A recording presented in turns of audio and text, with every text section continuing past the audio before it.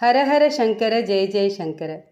ஒரு மகா செல்வந்தரோட குடும்பம் ஸ்ரீமடத்துக்கு நிறைய கைங்கரியம் பண்ணினவா. பெரியவாளை சாக்ஷாத் பரமேஸ்வரனாவே கருதி வணங்கினவா. ஆனால் அந்த குடும்பத்தில் நிம்மதியே இல்லை. கஷ்டத்துக்கு மேலே கஷ்டம், அடுக்கடுக்காக துன்பம், அலை அலையாக இடையூறுகள். பரிகாரங்கள்லாம் நிறைய பண்ணி பார்த்தாச்சு, எந்த பலனும் கிடைக்கல. அந்த குடும்ப தலைவர் பெரியவா கிட்ட வந்து ஏறக்குறைய அழற குரல்ல தன்னோட கஷ்டங்களை எல்லாம் தெரிவிச்சிருந்தார். பெரியவா கொஞ்ச நேரம் மௌனமாக இருந்தார். நான் ஏதாவது குத்தம் குறை சொன்னால் தப்பாக எடுத்துக்க மாட்டியே? அவர் தவிச்சார். பெரியவா சொல்கிறது தான் எங்களுக்கு வேத வாக்கு. பெரியவா அனுகிரகத்துக்காக காத்துன்னு இருக்கோம். உங்கள் ஊர் கோவிலில் வருஷம் தேரோட்டம் நடக்கும். உன் குடும்பத்தவர்கள் தான் அதை நடத்தின்னு இருந்தா. உன் தகப்பனார் தேரோட்டத்தை நிறுத்திட்டார். செலவு அதிகங்கிறதோட ஆழ்படைகளை சேர்க்க முடியலன்னு காரணம் காட்டினார். அடுத்த வருஷத்துலேருந்து நான் பண்ணுறேன்னு நீ சொல்லுவ, ஆனால் அந்த தேர் ஓடுற நிலையிலேயே இல்லை. நிறைய ரிப்பேர், ஊரில் பல கட்சி. அப்படின்னா எங்களுக்கு விமோச்சனமே கிடையாதா பெரியவா அப்படின்னு உள்ளூர அழுதுன்னு இருந்தார் அந்த செல்வந்தர். ஒரு காரியம் பண்ணு, எந்த ஊர்லையாவது தேரோட்டம் நடந்தால் நீங்கள் எல்லாருமே போய் கொஞ்ச நேரமாவது தேர் வடத்தை பிடிச்சு இழுத்துட்டு வாங்கோ. அதுக்கப்புறம் சுற்று வட்டாரத்தில் எங்கே தேர் திருவிழான்னாலும் இந்த செல்வந்தர் குடும்பத்தை அங்கே பார்க்கலாம்.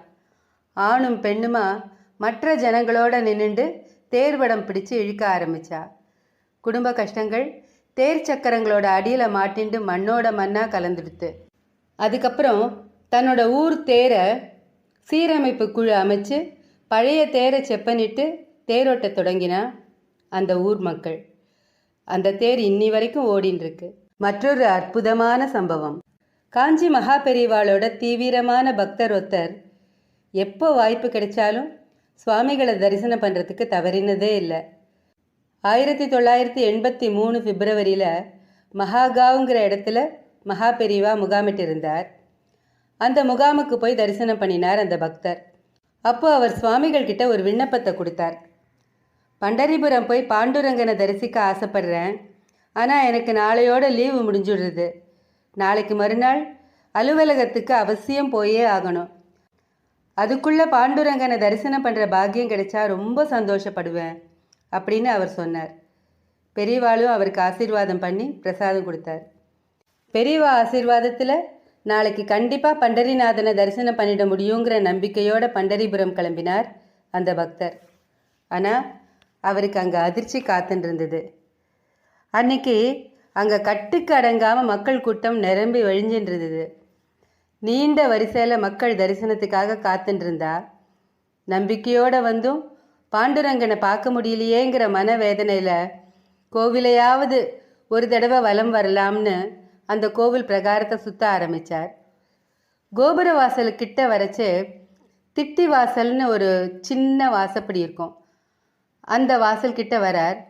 அந்த வாசல் வழியாக ஒருத்தர் மட்டுமே உள்ளே நுழைய முடியும். அது வழியாக அந்த கோவில் பண்டா, நம்ம ஊரில் சொல்லணுன்னா அர்ச்சகர், கதவை திறந்துட்டு அந்த பக்தரை பார்த்து ஹிந்தியில் பேசினார்.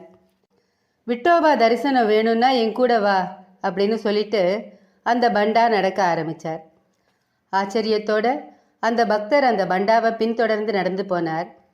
5 நிமிஷத்தில் பாண்டுரங்கன் முன்னாடி அவர் நின்றுட்டு இருந்தார். பாண்டுரங்கனும் ருக்மாயியும் புன்னகையோட தரிசனம் தந்தா. சின்ன காணிக்கையை பண்டா கிட்ட கொடுத்துட்டு அங்கேருந்து அவர் கிளம்பினார். அவர் அழைச்சிட்டு போனவர் இவர் கண்ணுக்கு கோவில் பண்டாவாவே தெரியல. இவருக்கு பாண்டுரங்க தரிசனம் கிடைக்கிறதுக்காக காஞ்சி பெரியவரே உதவியதா நம்பினார். அதுதான் உண்மையும் கூட. ஸ்ரீ மகா பெரியவா திருவடிகளே சரணம். ஹரஹர சங்கர ஜெய ஜெய சங்கர. காஞ்சி சங்கர காமகோட்டி சங்கர.